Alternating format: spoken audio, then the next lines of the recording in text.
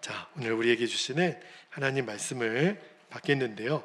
이제 로마서 강의가 11장으로 들어가겠습니다. 11장이 좀 긴데 오늘과 다음 주 두 번 나눠서 말씀을 할 텐데요. 오늘은 1절에서 5절까지 말씀만 우리들이 먼저 읽도록 하겠습니다. 로마서 11장 보겠습니다.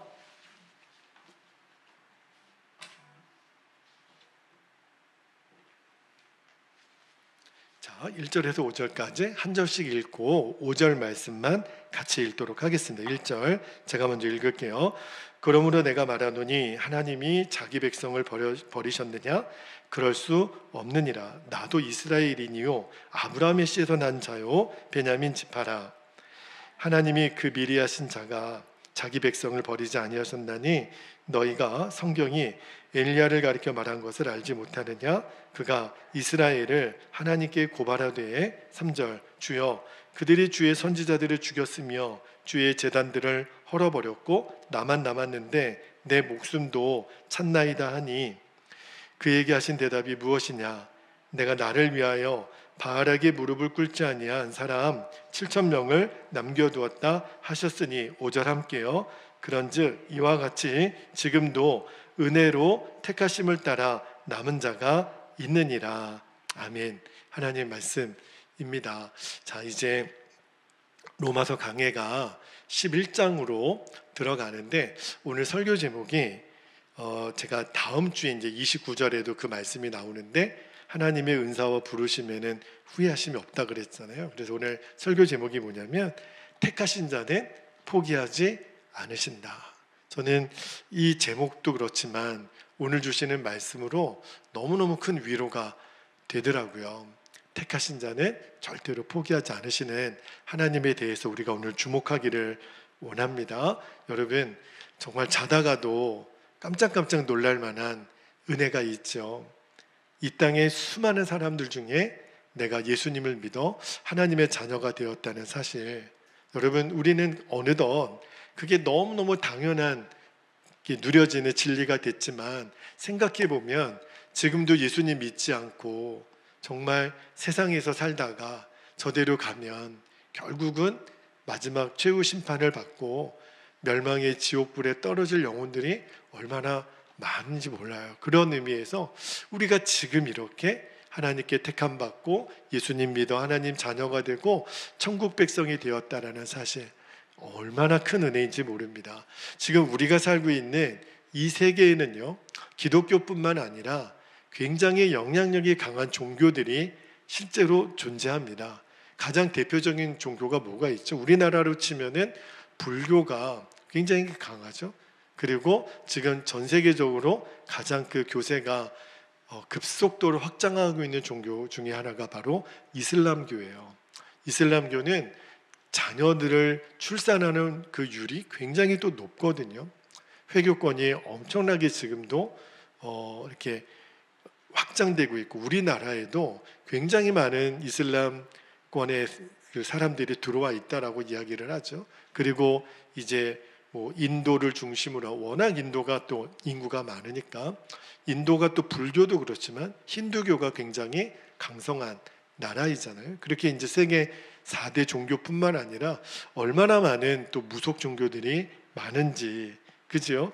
그런데 제가요 그 신학교 다닐 때, 제가 90년대 신학교를 다닐 때 저희 학교에도 이 종교다원주의라고 하는 그러한 이제 사상이 영향을 굉장히 크게 끼쳤던 적이 있어요. 예를 들어 이런 거죠.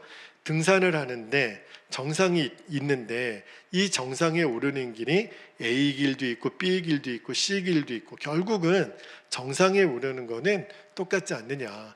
우리가 민족이 다르고 또 종교 체계가 달라서 그렇지 종교가 추구하고자 하는 게 결국 선과 진리 아니겠느냐. 그러니까 종교들끼리 서로 싸우지 말고 화합하고 타협하고 그리고 이렇게 서로 관용을 베풀어야 된다. 그런 이제 기조를 갖고 있는 종교 다원주의가 있었어요.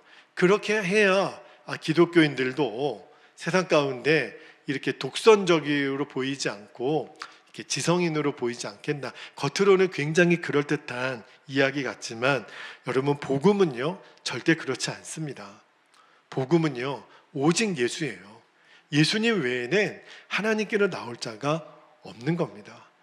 이 부분에 있어서는 복음은 절대로 타협이 없어요. 그런 의미에서 저는 한번 생각해 봤어요. 우리가 지금 만약에 북한에서 태어났거나 중국이나 저 아프리카나 정말 하나님을 알지 못하는 문화권에서 태어났다면 내가 진짜 하나님을 믿을 수 있었을까? 그죠? 여러분 생각해 보면 우리가 이 21세기에 2020년대를 살아가는 이 대한민국, 종교의 자유가 허락되어 있는 이곳에 우리가 예수님을 믿어 이렇게 하나님 나라 백성으로 살아간다는 게 얼마나 큰 은혜고 축복인지 몰라요. 여러분, 이것을 정말 감사할 수 있게 되기를 축복합니다. 이게 은혜예요. 여러분, 우리가 믿는 기독교는요 하나님이 살아계시고 그리고 지금도 이 세상을 통치하고 있다는 것을 이미 수없이 많은 증거로 분명하게 말씀하고 있습니다. 제가 목사니까 또 우리가 기독교인들이니까 그렇게 말하는 게 아니라 우리가 성경을 읽어보면 성경이 진짜 놀라운 책이구나. 그리고 구원은 오직 예수 그리스도에게밖에는 없다라는 게 성경에 다 나와요. 여러분, 이제 우리가 로마서 강해가 11장으로 들어가는데 11장 말씀이 좀 어렵기도 하고 분량도 좀 많아서 두 번 나눠서 이렇게 좀 제가 전하려고 하는데, 자, 오늘 말씀 다음 주까지 이어지는 이 로마서 11장 말씀이 어떻게 성경이 그렇게 놀라운 하나님의 진리를 담고 있는 책인지, 그리고 우리가 왜 예수님만이 절대 예수님의 십자가에만 구원이 있는지를 명확하게 설명해 주는 은혜가 담겨져 있는 부분이 이 로마서 11장이에요. 그래서 이 성경을 우리가 먼저 깊이 다뤄보려고 합니다. 자, 이미 제가 여러 번 말씀드렸지만 로마서 9장, 10장, 11장은 로마서 전체 구조에 보면 약 부록과 같은, 그러니까 로마서 1장부터 8장까지가 복음의 핵심에 대한 말씀이고, 그 다음에 예수 믿고 구원받은 사람들의 삶이 로마서 12장부터 마지막 장까지 나와 있거든요. 근데 이 중간에 마치 이렇게 부록처럼 들어가 있는 9장, 10장, 여기 11장, 이 세 장에 걸쳐서 나오는 핵심 키워드가 뭐냐면 유대인이에요. 근데 이 유대인의 문제를 왜 사도 바울이 이 중간에 이렇게 깊이 다루고 있나? 여러분, 우리가 복음을 이해할 때 이 유대인들을 빼놓고 우리가 복음을 설명할 수가 없어요. 그러니까 이 유대인의 문제에 대해서 우리가 얼마나 눈이 열리느냐에 따라서 여러분, 진짜 성경의 권위가 이게 보통 말씀이 아니라는 것, 그죠? 이제 여러분들이 누구에게서라도 복음을 알지 못하는 이들이나 심지어는 이단들과도 이야기를 나눌 때에도 이 부분이 굉장히 중요한 진리를 결정하는 기준이 되는 말씀이기 때문에 여러분들이 오늘 다음 주 말씀을 잘 들어보셨으면 좋겠어요. 이 유대인에 대한 문제가 잘 이해가 되어야 성경 말씀이 진짜 능력이고 권위가 있구나, 그리고 하나님 나라의 완성이 이제 이루어져 가고 있다는 것이 우리 안에 명확하게 해결이 됩니다. 여러분, 그 프러시아의 황제였던 그 프레드릭 대왕이 그때 이제 왕궁 안에도 전속 이제 목사가 있었던 모양이에요. 그 목사를 불러다가 질문을 합니다. 뭐라고 질문하냐면, 성경이 정말 진리고 하나님이 살아계시다라는 증거를 나에게 간단하게 한번 이야기를 해달라고 그 목사님에게 부탁을 해요. 그런데 그 궁중에 있는 목사님이 이렇게 대답을 합니다. 하나님은 살아계시고 성경이 진짜 진리라는 것을 보여주는 가장 간단하고 분명한 증거를 뽑으라 그러면 바로 저 유대 민족입니다. 이렇게 대답을 했다라는 거예요. 그러니까 우리가 이 유대 민족을 이제 정확하게 이해를 하게 되면 진짜 하나님 살아계시구나, 성경은 진리구나 하는 것을 우리가 알 수 있게 된다라는 거예요. 그러니까 그 말씀이 지금 로마서 9장, 10장, 11장까지 우리가 쭉 보고 있는데, 우리가 이 세 장에 걸쳐서 나오는 특별히 이 로마서 11장 말씀을 잘 이해하면 지금 이 로마서가 기록된 지가 2000년이 넘었잖아요. 2000년 전에 기록된 이 로마서 말씀이 지금 이 시대에도 정확하게 실제가 된다라는 것. 이 인류의 역사가 하나님 말씀이 이 로마서에 담겨져 있는 말씀대로 흘러가고 있다는 것을 우리들이 알게 돼요. 아, 그렇구나. 성경은 기록된 말씀뿐만 아니라 지금도 실제하는 말씀이구나 하는 것을 알 수 있어요. 여러분, 2000년 전에 지어졌던 이 성경의 말씀이 2000년 이후에 그대로 이루어진다라는 거 너무너무 놀랍지 않습니까? 그런데 그 이루어지고 있는 가장 중요한 말씀 중에 하나가 바로 이 유대인의 문제라는 거예요. 자, 로마서 11장 오늘 읽지는 않았지만 33절 말씀을 한번 볼게요. 이 유대인의 문제를 다루는 그 사도 바울이 깜짝 놀라는 거예요. 아, 하나님이 이렇게 깊으신 지혜와 통찰력이 있으시구나. 그러면서 뭐라고 고백하냐면 33절에 깊도다 하나님의 지혜와 지식의 풍성함이요 그의 판단은 헤아리지 못할 것이며 그의 길은 찾지 못할 것이로다.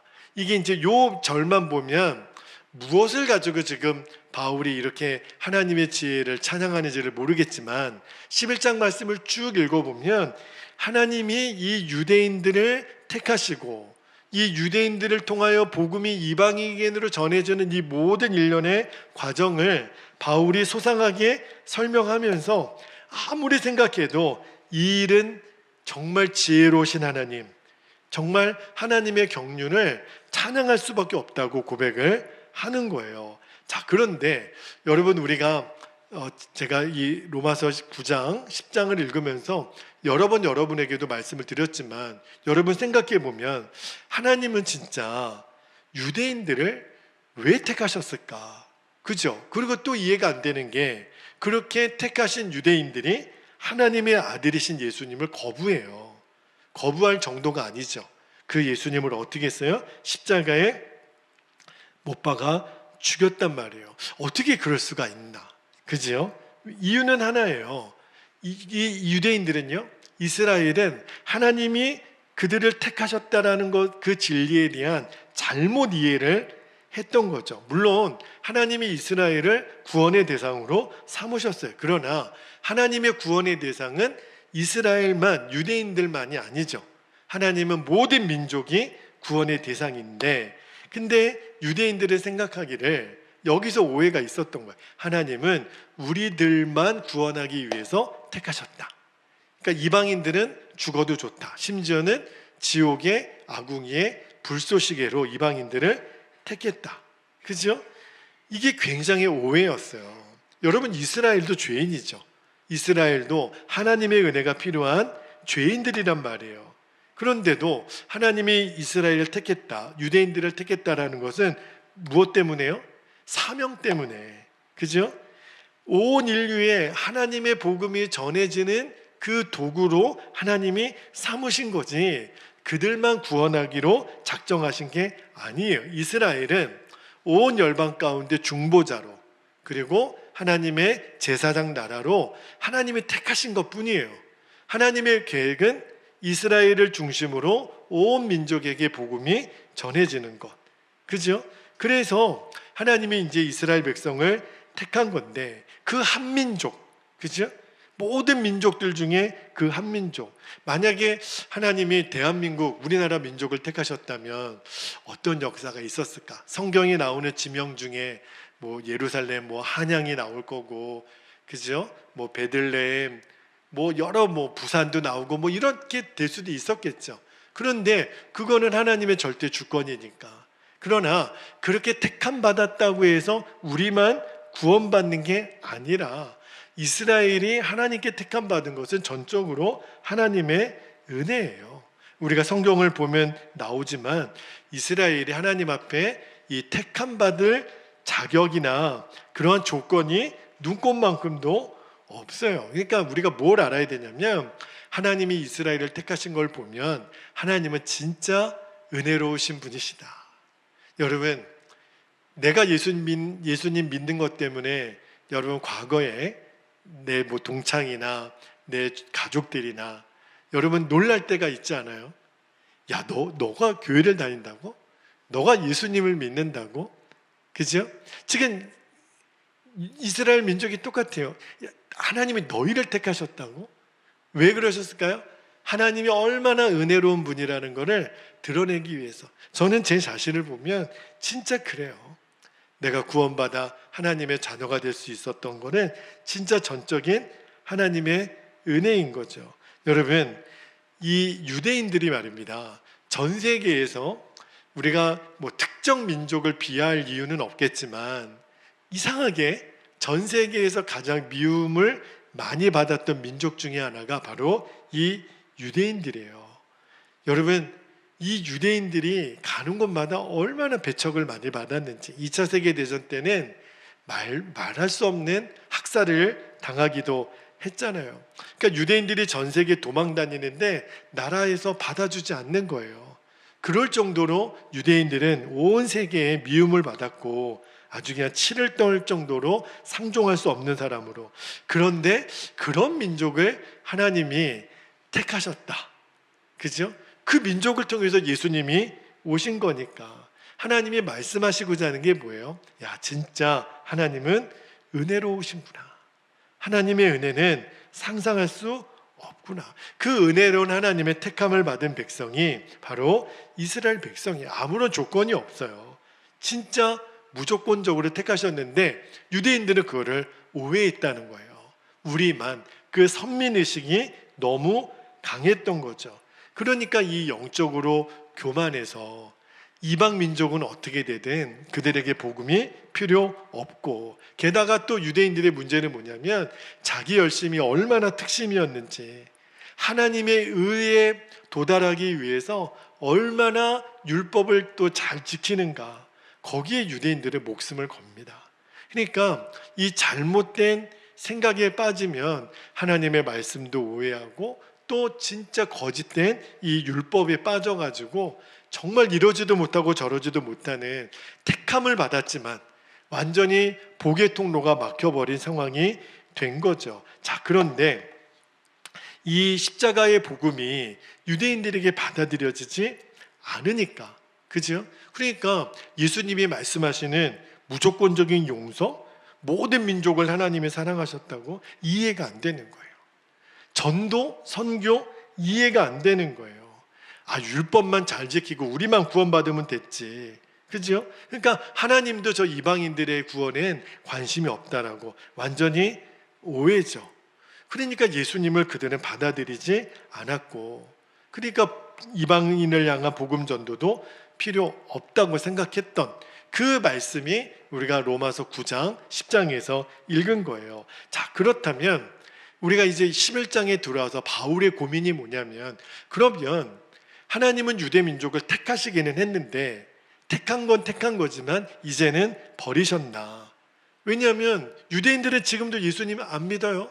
여러분, 이스라엘은 예수님 믿는 나라가 아니에요. 아주 극소수 빼놓고 그들은 예수님을 부정합니다. 그죠? 그러면 우리 안에 질문이, 아니 하나님은 그러면 옛날에는 택하시고 지금은 유대인들을 버리셨나? 여러분, 지금 이스라엘은 예수님을 인정하지 않지만, 근데 여러분 놀라운 것은요, 전 세계에 가장 많이 성지순례 가는 나라가 어디예요? 이스라엘이에요. 저도 아직 가보지를 못해서 언젠가 하나님의 기회가 된다면 꼭 한번 가보고 싶은 나라가 이스라엘인데, 근데 유대인들은요, 자기들은 예수님을 믿지 않으면서도 전 세계에 또 성지순례에 오는 사람들을 통해서 또 돈벌이를 삼는 또 그런 독특한, 여러분 정말 유대인들이 하나님이 택하신 백성이라면 정말 이럴 수 있는 건가? 이렇게 될 수 있는 건가?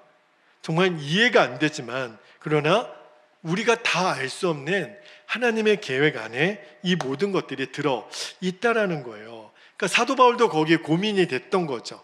하나님은 그러면 유대인들을 버리셨나? 결론부터 말씀드리면 그러게 아니라는 거예요. 그 말씀이 어디에 나오냐면 11장 1절에 나오면 이렇게 말씀합니다. 1절 말씀을 한번 볼게요. 그러므로 내가 말하노니 하나님이 자기 백성 유대인들을 말하는 거예요. 버리셨느냐? 그럴 수 없느니라. 그러니까 유대인들이 보내신 예수님을 십자가에 못 박고 복음을 거부했기 때문에 이제 복음이 이방인에게로 가잖아요. 근데 유대인들은 복음을 거부했지만 그렇다고 해서 하나님이 그들을 버리셨나? 아니라는 거예요. 그래서 오늘 설교의 핵심입니다. 하나님이 한 번 택하신 자는 절대로 버리지 않으신다는 거예요. 여러분, 그러면서 사도 바울이 나도 유대인입니다. 나도 히브리인입니다. 그러니까 복음을 유대인이라고 다 거부한 게 아니라는 거예요. 그러면서 2절에서 4절까지 누구 예를 드냐면 엘리야를 인용을 합니다. 여러분, 엘리야 선지자가 누구예요? 이스라엘이 극도로 부패했을 때 아합 왕 시절에 정말 하나님이 택한 선지자. 그래서 바알과 아세라 선지자 850대 1의 싸움을 갈멜산에서 하잖아요. 그래서 영적인 승리를 누릴 때 그때 이스라엘이 말도 없이 타락했었거든요. 근데 정말 엘리야는 하나님의 음성을 듣고 영적인 회복을 위해서 무던히도 애를 쓰지만 나중에는 엘리야도 지쳐요. 갈멜산에서 승리 이후에 이세벨이 막 죽이겠다고 나오니까 엘리야가 너무너무 지쳐서 도망갑니다. 그리고 로뎀나무 아래에서 하나님 나 좀 죽여달라고 그렇게 이야기를 할 정도예요. 그때 엘리야가 오늘 말씀에도 나오지만 열왕기상 19장 10절에 보면 이 말씀을 오늘 본문에도 인용했던 거예요. 10절에 이렇게 엘리야가 하나님께 고백하잖아요. 그가 대답하되 내가 만군의 하나님 여호와께 열심히 유별하오니 최선을 다했다는 거예요. 이는 이스라엘 자손이 주의 언약을 버리고 주의 제단을 헐며 칼로 주의 선지자들을 죽였음이오며 오직 나만 남았거늘 그들이 내 생명을 찾아 빼앗으려 하나이다. 지금 엘리야의 말의 핵심이 뭐냐면 하나님 이제 저밖에 없습니다. 다 타락했습니다. 이제 이 이스라엘 백성들은 끝났습니다. 절망입니다. 소망은 없습니다. 근데 그때 하나님이 엘리야에게 오늘 4절 말씀에 인용했던 말씀을 그대로 전하시잖아요. 열왕기상 19장 18절에 보면 이렇게 말씀하십니다. 그러나 내가 이스라엘 가운데 7,000명, 몇 명이요? 7,000명을 남기리니 다 바알에게 무릎을 꿇지 아니하고 다 바알에게 입맞추지 아니한 자니라. 이 말씀을 엘리야에게 하셨잖아요. 그러니까 지금 사도 바울이 왜 이 엘리야의 이야기를 예로 드는 거죠? 이거예요.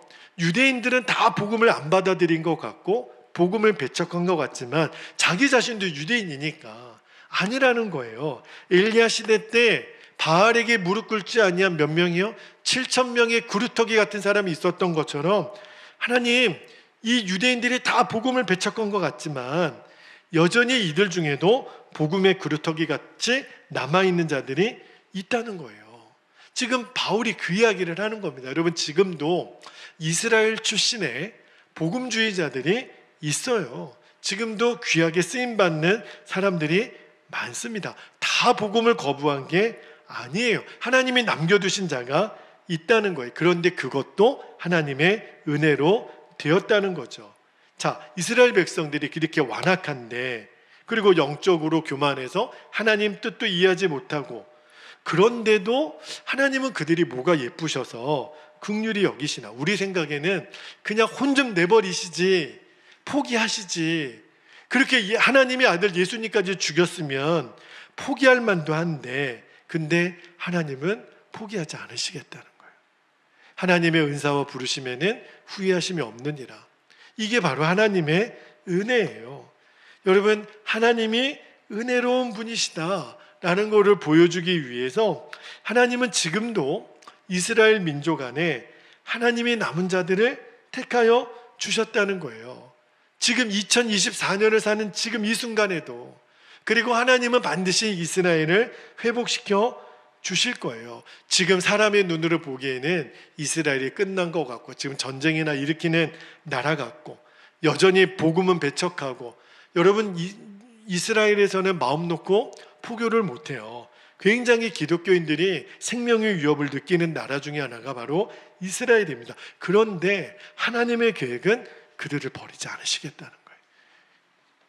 그들을 반드시 다시 돌아온 이스라엘로 만드시겠다는 거예요. 그 말씀이 7절부터 10절까지 쭉 나옵니다.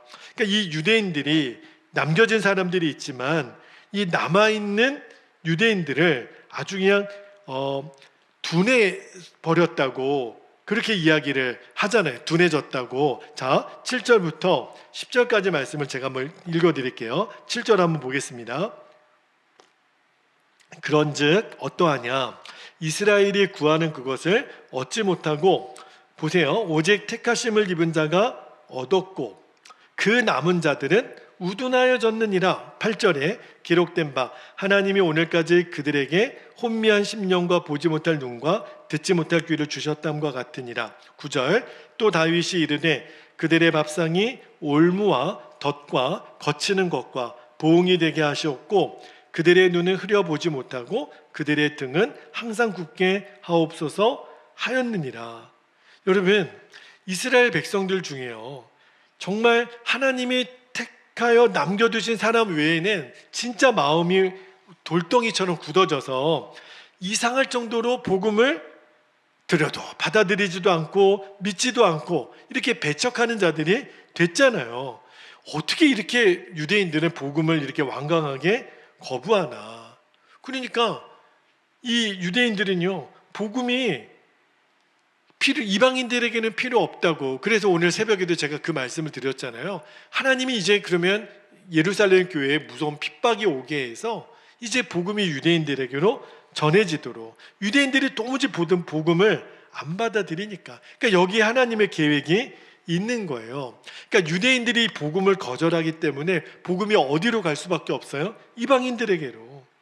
그래서 땅끝까지 하나님의 복음이 전해지는 그 복음이 가도록 하나님의 계획을 하셨다라는 거예요. 그러니까 하나님이 이 유대인들의 마음을 이 돌덩이처럼 굳어지게 한 것도 이방인들에게 구원을 얻기 위한 하나님의 허락하심이었다라는 거죠. 그래서 여러분, 예수님이 제자들에게 복음을 전하라고 할 때 여러분 기억나세요? 어떤 전도 전략을 말씀하셨냐면, 너희들이 둘씩 파송해 보낼 때 예수님이 뭐라고 그러셨냐면, 어디 가서 복음을 전할 때 받아들이면 좋지만 복음을 거부하는 자들이 있으면 예수님 뭐라고 그러셨냐면 빨리 그 자리를 떠나라 그랬어요. 떠나는 정도가 아니라 아예 신발에 있는 먼지까지도 털어버리라.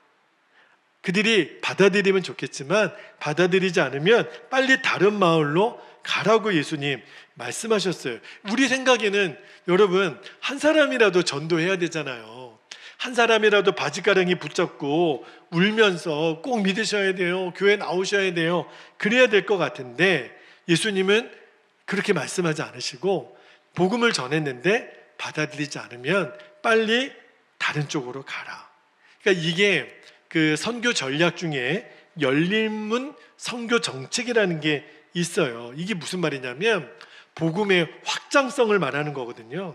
그러니까 선교 전략 중에 굉장히 중요한 전략 중에 하나가 지금 복음은 빨리 땅끝으로 온 족속으로 전해야 되는 그런 긴박함을 갖고 있기 때문에 머물러 있지 말고 빨리 복음을 전하라. 그거는 예수님이 그렇게 명령하셨던 거예요. 그러니까 유대인들이 복음을 받아들이지 않으면 빨리 연연하지 말고 이방인들에게로 가라. 그러니까 유대인에게 연연하지 말라는 거죠. 여러분, 당시에 전도자들은 다 유대인이에요. 120문도 다 유대인들이에요. 그러니까 그들은 이방인 사람들을 너무 싫어했다니까요. 기독교인들조차도 마찬가지예요. 우리가 오늘 새벽에 지금 쭉 나누고 있는 이 사도행전이 딱 이 로마서 11장하고 궤를 같이 합니다.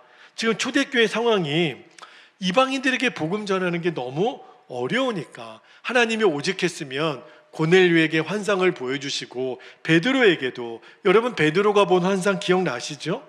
그 하나님이 광주리에 담아 온갖 부정한 짐승까지도 광주리에 담아서 베드로에게 이거 먹으라. 그 베드로가 거부하잖아요. 부정한 것을 어떻게 먹습니까? 근데 하나님 뭐라 그래요? 야, 내가 깨끗하게 했는데 너가 더럽다고 먹지 않느냐? 그 환상의 핵심이 뭐예요? 이방인들은 더러운 사람이 아니라는 거예요. 그들에게도 복음이 전해져야 된다는 거예요. 그리고 그 환상에서 깼을 때 베드로가 고넬료가 보낸 사람들을 만나잖아요. 뭘 깨달아요? 고넬료 집에 가서 이방인들에게도 복음을 전하는구나. 전하라 말씀하시는 거구나. 그죠? 그래서 안디옥 교회를 통하여 이제 복음이 이방인에게로 전해지는 일에 하나님 쓰시잖아요. 여러분 오늘 말씀 12절을 한번 볼게요. 12절에 보면 그들의 넘어짐이, 여기서 그들의 유대인을 말하는 거예요. 그들의 넘어짐이 세상의 풍성함이 되며 그들의 실패가 이방인의 풍성함이 되거든 하물며 그들의 충만함 이리요. 그러니까 하나님의 계획이 참 너무너무 놀랍죠. 유대인들은 하나님이 자기들을 택하신 것을 오해해서 복음을 거부했지만, 그러나 하나님은 그것조차도 하나님의 선하신 계획을 이룬 도구로 쓰셨다라는 거예요. 복음 안에서 유대인들이 완고해져서 이제 하나님의 전도 계획이 이방인에게로 이제 전해지는 일에 유대인들을 사용하셨다는 거죠. 그래서 로마서 11장 25절을 한번 볼게요. 25절에 보면 바울이 이렇게 얘기합니다. 형제들아, 너희가 스스로 지혜에 있다 하면서 이 신비를 너희가 모르기를 내가 원하지 아니하노니 이 신비는 이방인의 충만한 수가 들어오기까지 이스라엘의 덜어는 우둔하게 된 것이라. 하나님이 잠시 동안 이스라엘을 완악하게 또 우둔하게 하신다. 이 말이 무슨 말이냐면, 그래서 복음이 이방인들에게 전해져서 구원받아야 되는 이방인의 풍성함, 이방인의 숫자가 들어오기까지, 다시 말하면 온 세계의 땅끝까지 주의 복음이 전해지게 되면, 그러면 어떤 역사가 일어나냐면 다시 복음이 이스라엘로 돌아온다라는 거예요. 그래서 선교 완성이 마무리가 되는 것, 이게 하나님의 계획이에요. 여러분, 이 말씀이 지금 2000년 전에 기록된 말씀이잖아요. 근데 이 말씀이 지금 실제로 이루어지고 있고요. 지금 선교학자들, 성경학자들 그들의 이제 이야기를 들어보면 거의 다 왔다는 거예요. 이제 이스라엘이 아마도 이제 이번 전쟁이 끝나고 나면 굉장히 많은 변화가 있을 거라고 지금 예측을 합니다. 지금 이스라엘이 회개하기를 온 열방이 지금 이 말씀을 믿고 기도하는 거거든요. 온 열방이 이제 복음화가 되고 이제 남은 이스라엘의 구원이 완성이 됐을 때, 그때 이제 하나님의 마지막 퍼즐이 완성이 되는 거거든요. 진짜 여러분 생각해 보면 기적과 같은 일이에요. 2000년 전에 사도 바울은 도대체 뭘 보았기 때문에 이러한 말씀을 기록을 했을까? 얼마나 이 일이 기적과 같은 일이냐면, 자, 15절에 바울이 이렇게 고백을 하잖아요. 15절 말씀을 읽어드릴게요. 그들을 버리는 것이 세상에 화목이 되거든 그 받아들이는 것이 죽은 자 가운데서 살아나는 것이 아니면 무엇이리요? 상상할 수 없었다는 거예요. 복음을 배척했던 유대인들이 다시 구원받은 하나님의 백성이 되는 것을 죽은 자가 살아나는 것 같은 역사처럼 될 것이다. 그러한 일이 진짜 일어날까? 상상할 수 없었던 일이. 근데 아마도 이 역사를 사도 바울은 3층천에 올라가서 그 하나님께서 이 모든 일을 다 보여주셨겠죠. 저는 바울이 그것까지도 다 봤다고 믿어요. 그러니까 이렇게까지 말씀을 할 수 있었던 거죠. 여러분, 한번 생각해 보세요.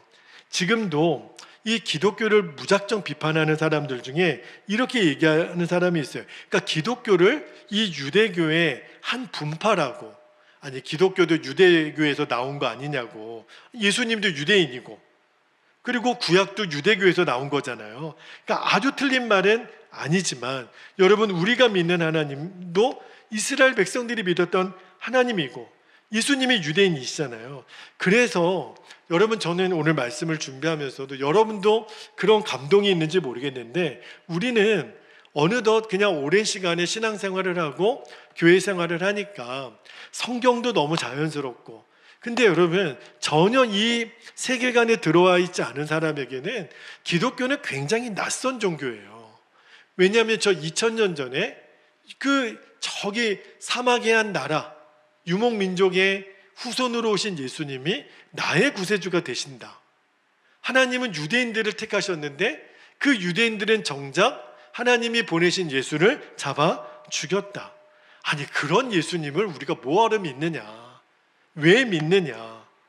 여러분, 2000년 전에 복음이 돌고 돌아 이제 아시아를 지나 유럽으로 또 미국 대륙으로 계속해서 서진하여 우리 대한민국까지 오게 될 이 2000년이라고 하는 시간 역사 동안 복음이 멈춰지지 않고 저와 여러분이 하나님을 믿는 이 로마서가 기록된 사도 바울이 전하는 복음을 믿고 우리가 하나님의 자녀가 된다라고 하는 그 역사를 사도 바울은 어떻게 알았을까? 그 2000년 전에 이 말씀을 기록하면서, 그리고 온 역사는 지금 예수님 오시고 예수님 다시 오시기 전에 2024년이 지나는 이 역사는 지금 이 말씀대로 지금 계속 이루어져 가고 있다는 거예요. 여러분, 이건 정말 놀라운 거예요. 그리고 그 중에서 저와 여러분이 지금 예수님을 믿어 하나님의 자녀가 됐다. 여러분, 이게 얼마나 감사이고 얼마나 놀라운 은혜인지, 여러분, 그것이 지금 성경에 기록되어 있는 것을 우리가 읽는 거예요. 여러분, 로마서 11장은 사도 바울이 100년 전에 쓴 게 아니에요. 200년 전에 쓴 게 아니라니까요. 2000년 전에 쓴 거예요. 그 말씀이 지금 2000년이 지나서 지금 실제가 되고 이제 거의 완성이 됐다라고 하는 거예요.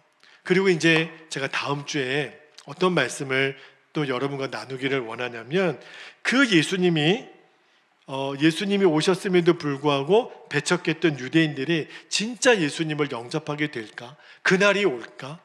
그 말씀을 사도 바울이 로마서 11장 하반부에서 쭉 전하고 있는데, 그 말씀은 제가 다음 주에 다시 한번 나누도록 하겠습니다. 자, 이제 오늘 주신 말씀을 붙잡고 우리가 기도하기를 원하는데, 오늘도 두 가지 기도 제목을 여러분과 좀 나누고 우리가 기도하겠는데, 자, 첫 번째 기도 제목입니다.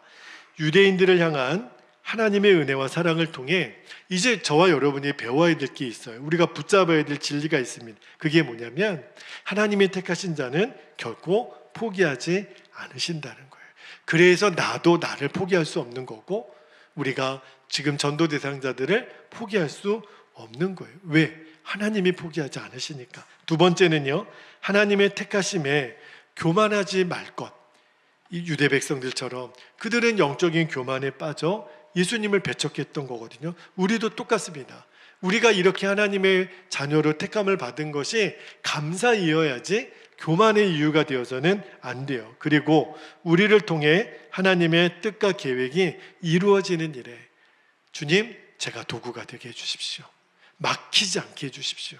그래서 이제 다가오는 선교 완성을 위하여 우리 교회와 우리 성도들, 우리 각자가 쓰임받는 주님의 귀한 도구가 되게 해주시도록 오늘 허락하신 말씀과 우리 기도 제목을 붙잡고 주님의 이름을 간절히 부르신 후에 통성으로 기도하겠습니다. 주여